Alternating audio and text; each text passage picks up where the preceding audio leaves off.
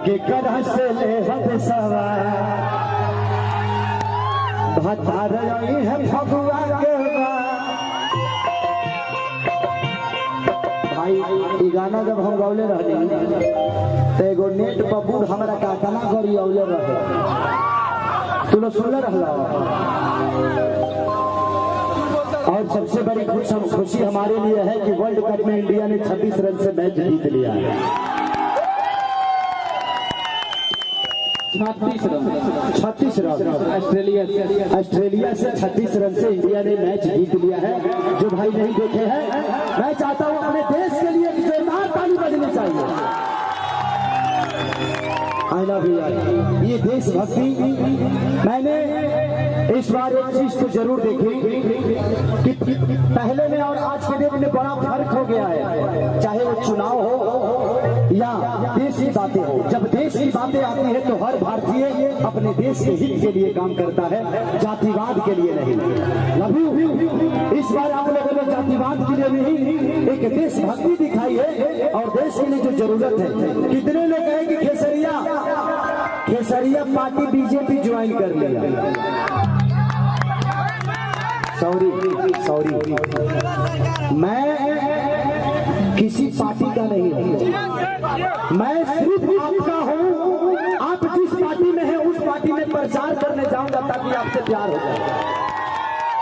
वहां मेरे लिए कोई पार्टी नहीं है। उस पार्टी में जो लोग हैं मैं उन लोगों के लिए जाता हूं कि वो मुझे मोहब्बत करते हैं, चाहे वो जिस पार्टी के लिए हो। तो मेरे लिए मेरी जनता ही मेरी सबसे बड़ी पार्टी है। और एक नेता, एक अभिनेता, एक नेता क्यों बनता है, चाहे दुनिया का कोई आदमी नेता क्यों बनता है। छोड़ गली रहू हार गए तब हम का करी। देखिए कभी कभी होता है आदमी की, हम फॉर्च्यूनर के ड्राइवर हैं, कभी कभी प्लेन से टकरा जाते हैं, होता है। कोई जरूरी नहीं है कि हम आज इस धरती पे सबसे कठिन काम क्या हो सकता है, मुझे बताएंगे आप सब? नहीं, बिल्कुल नहीं। सबसे कठिन काम अगर है तो ईमानदार बनना सबसे कठिन काम है। अगर हर आदमी ईमानदार बन जाए तो शायद इस धरती पे कभी कोई प्रॉब्लम ही नहीं हो सकती है। एक आदमी नेता क्यों बनता है? इसलिए बनता है कि उसे मान सम्मान, पैसा और लाल बत्ती मिलेगा, 4-5 गार्ड मिलेंगे। लेकिन भैया जो हम खेसरिया है, जब हम नेता बन जाएंगे ना तब पान खा के थूकेंगे, वो न्यूज में चलेगा। ये खेसरिया पान खा के थूक दिया। आज हम रास्ता चलते उल्टी कर देते हैं तो कोई नहीं पूछता है। आज हमको मान सम्मान, पैसा, दौलत, शोहरत और इतने लोगों का प्यार। इसमें कितने सारे लोग हैं जो बीजेपी के होंगे, कितने सारे लोग हैं जो कांग्रेस के होंगे, कितने सारे लोग हैं जो सपा के होंगे, भाजपा के होंगे। लेकिन आज खेसारी यहाँ इकलौता है और ये खेसारी के सबके है। आप सब खेसरिया का है ना, तो पगला हाना करके ताली बजाओ। तो ये होता है एक कलाकार। अगर कोई नेता होता तो इतनी भाषण आप सब नहीं सुनते। तो ये बलिदान आप सबने दिया है, क्योंकि हम आपके दिल में रहते हैं और एक नेता आपके दिमाग में रहता है, क्योंकि वो 5 साल बाद आता है। हम आपके रोज दिल में रहते हैं। हर कितना ही है। इसीलिए मुझे नेता बनने का कोई शौक नहीं है। मुझे जब चुनाव आएगा तो मैं सपा के लिए भी आऊंगा, भाजपा के लिए भी आऊंगा, भाजपा के लिए भी आऊंगा और कांग्रेस के लिए भी आऊंगा।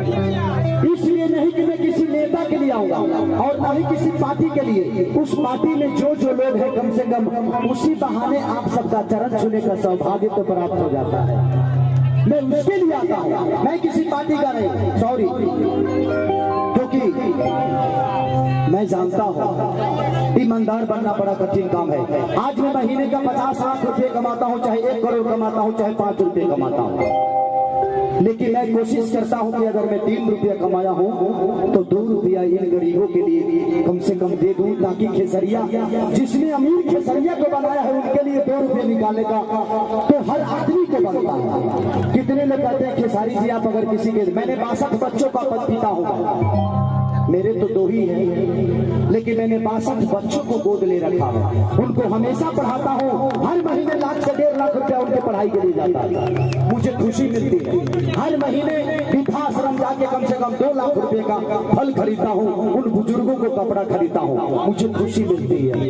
लोग बोलते हैं कि खेसारी आप प्रचार करते हैं, बोला ये विचार है मेरा, अगर आपको प्रचार लगता है तो मुझे कोई असर नहीं। मैं इसलिए दुनिया को बताता हूं ताकि मैं कहता हूं, अगर मुझे जो प्यार करते हैं, अगर 5% लोग अगर ऐसे दान करने लगे तो शायद हमारे इंडिया में गरीबी नाम की कोई चीज नहीं रह जाएगी। ऐसा नहीं है कि खेसारी लाल यादव आज बंगलों में बड़ा चैन से सोता है। मेरे बंगलों का रेट मैंने कभी बहुत सस्ता में लिया था, आज हो सकता है उसका 10 करोड़ रेट होगा, लेकिन कभी सोने को नहीं मिलता है उस बंगले में। किसी के मनीष भैया के दिया हुआ होटल में खेसरिया सो रहा है। ये आप सबका प्यारी है ना। तो हम जब कमाते हैं ना, एक बड़ा आदमी बनता है, अपने पत्नी के साथ कभी खेसरिया मॉल नहीं जाता है, ये सेल्फी खींचने वाले जान ले लेते हैं।